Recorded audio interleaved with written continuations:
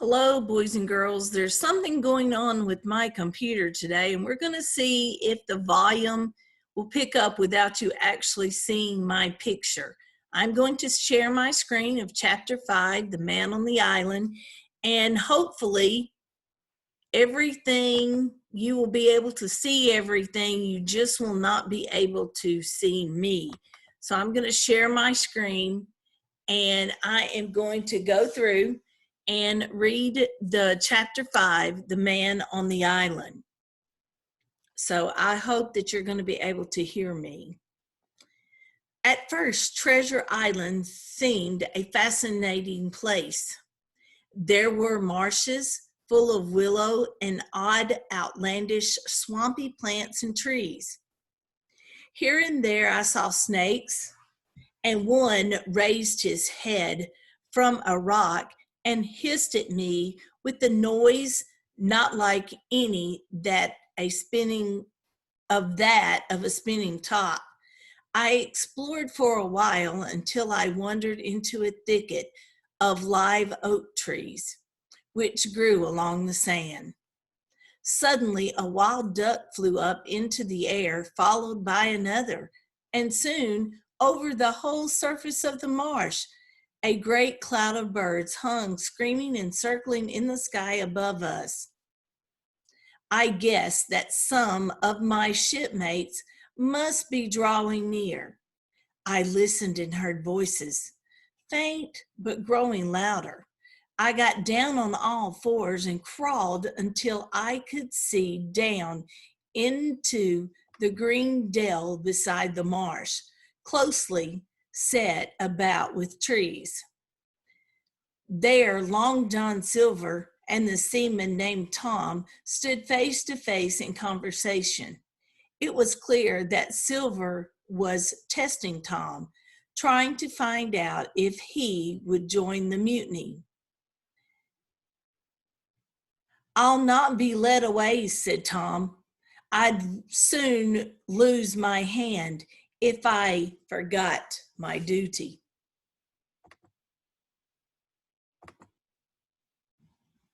All of a sudden, he was interrupted. Far away out of the marsh arose an angry roar, then another. Tom jumped at the sound, like a horse pricked by a rider's spur, but Silver winked not an eye. He stood resting lightly on his crutch, watching his companion like a snake about to strike. "John," said Tom, "what is that?" "That," said Silver, "is a treacherous smile. Oh, I reckon that was Allen." Then Tom seemed to understand everything all at once. "Allen?" he cried, fearing the worst for his friend. "Well, John Silver, you're no mate of mine, and that's a fact. I'll have no part in your mutiny." With that, the brave fellow turned his back on the cook and set off toward the beach. But he was not destined to go far. With a cry, Silver seized the branch of a tree, whipped the crutch from under his armpit, and sent the missile hurtling through the air. It stuck poor Tom right between the shoulders in the middle of his back. His hands flew up. He let out a gasp and fell. I felt faint. The whole world seemed to swim before me in a whirling mist. When I gathered my courage to look again, I saw Silver standing next to Tom, who was motionless on the ground. A moment later, Silver pulled out a whistle and blew upon it. I guessed he was calling the other pirates, and I was worried they might find me. I crawled out of the undergrowth and ran as fast as I could. It was all over for me, I thought. I would be captured by the mutineers. I ran without knowing where I was going until a new alarm brought me to a standstill. With a thumping heart, I saw a dark, shaggy figure leap behind a tree trunk. Was it a bear or a monkey?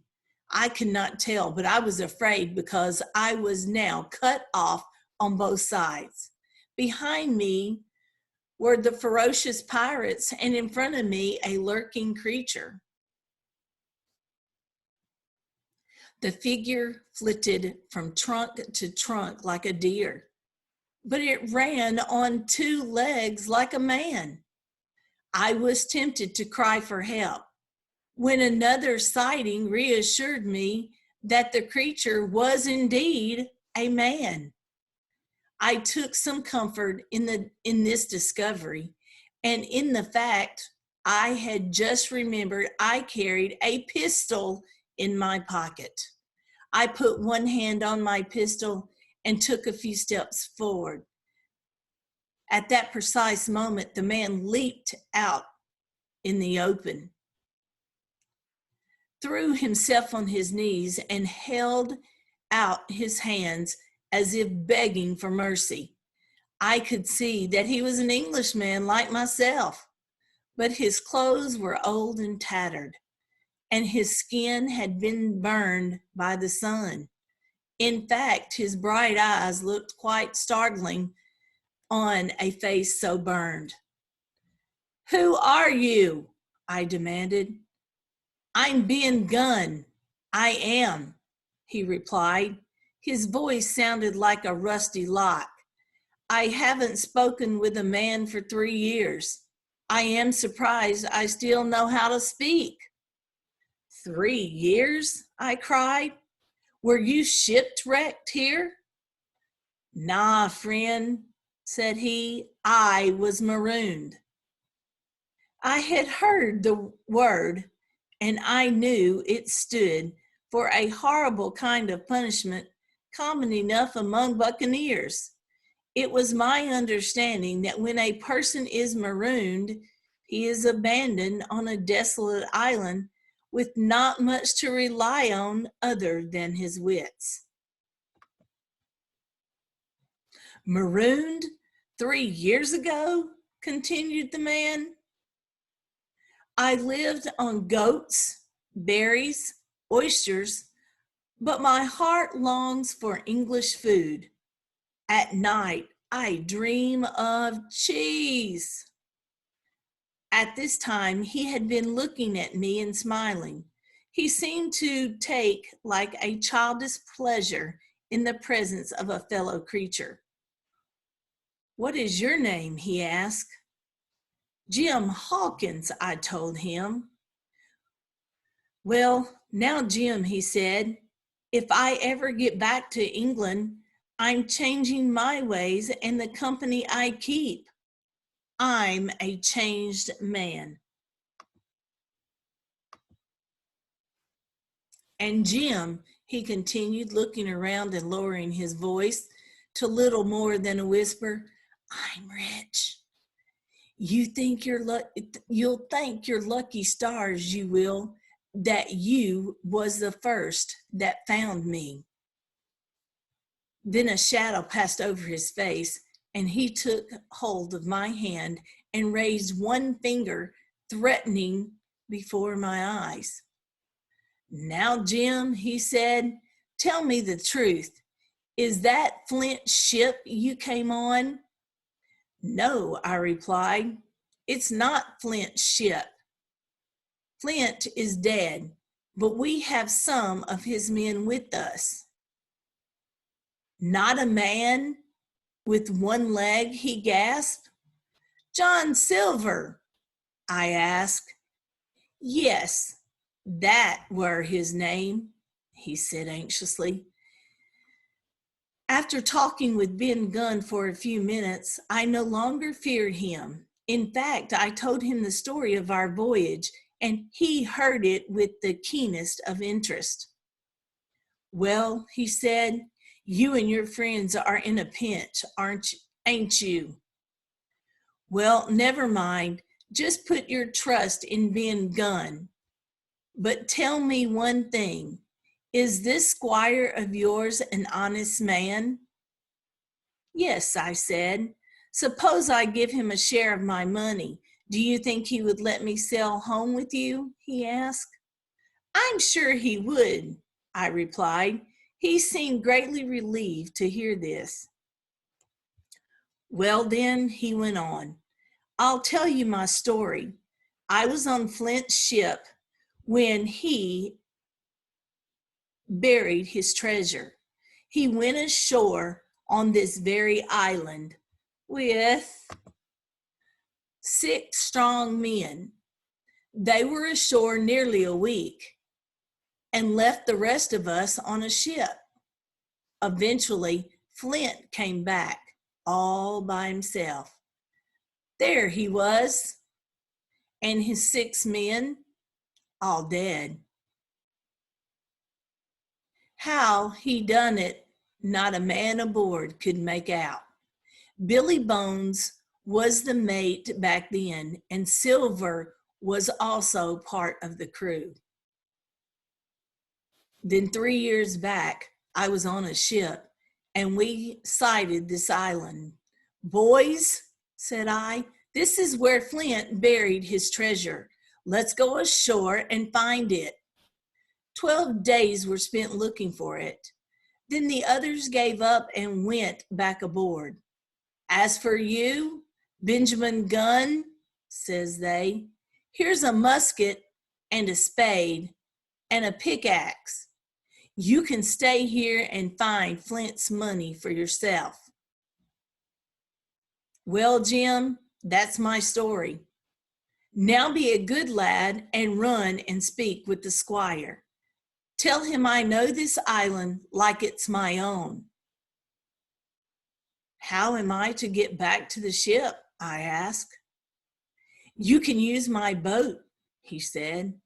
I made it with my own 2 hands. I keep it under a white rock along the shore. Then quite suddenly, we heard a boom of a cannon. They'd begun to fight, I cried. We stayed together in the undergrowth, unaware of time passing, listening to the sound of cannon and pistol fire. Eventually, I decided I should make my way toward the anchorage. Ben agreed to accompany me. At some point along the way, he spotted a Union Jack fluttering above the trees. That must be your friends, said Ben Gunn. It can't be, I said, stunned by the sight of the flag. They're on the ship. That must be Silver or some other mutineers. Not likely, said Ben Gunn. In a place like this where nobody puts in but gentlemen of fortune, Silver would try to jolly Roger. You see, Jim, just over that hill in an old stockade Flint built many years ago, I reckon that your friends have retreated to the stockade and Silver has the ship. Well, I said, if it really is them, I should try to help. I'm not going with you, said Ben Gunn, not till I have an opportunity to meet with the squire in private. If he wants to talk, tell him where he can find me and to come with a white flag to show he means well. At that moment, a cannonball came whizzing through the trees and tore up the sand, not 100 yards from us. I ran one way and Ben Gunn ran another. After parting with Ben Gunn, I decided to assess the situation. First, I went to check on the Hispaniola. I saw she was still anchored in the same place, but now she was flying by the Jolly Roger. It seemed that the pirates had indeed taken over the ship. Next, I scouted the shoreline. I spied a big white rock, and I figured it must be the rock beneath which Ben Gunn hid his boat. Then I made my way through the woods until I came to the stockade, a plain log house surrounded by a tall fence. I saw that Ben Gunn had been right. My friends were in the stockade with the Union Jack flying above them. I called out to them and was warmly welcomed. They told me their stories and I told them mine. When fighting broke out on the ship, they had decided they would be safer on the island, so they escaped in 2 of the landing boats with some guns and supplies. They had heard about the stockade. When the pirates saw them rowing away, they fired on them from the ship and then attacked the stockade. Old Red Ruth had been killed, and another of the loyal men, Gray, had been injured. After telling my story, I had a chance to look about me.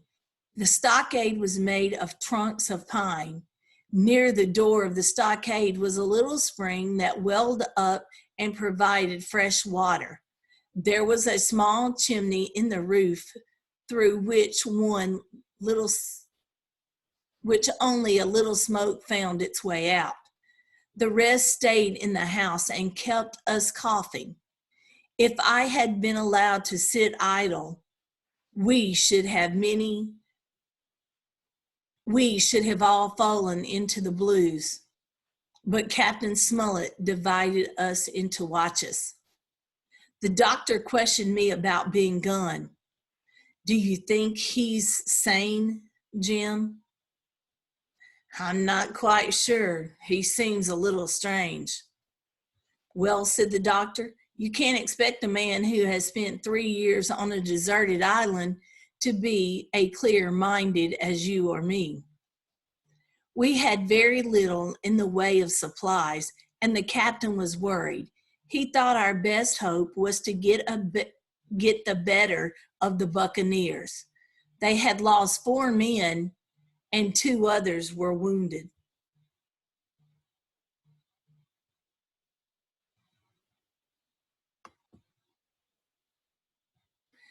Okay, chapter 6, the plan, should be left to you to read and find out. You may be able to go on to the internet and find the book, or go to the Limitless Library and get the book, Treasure Island, and finish reading it for yourself. I hope you guys enjoyed. Let's see if we can figure out what the plan may be. Have a good day, guys.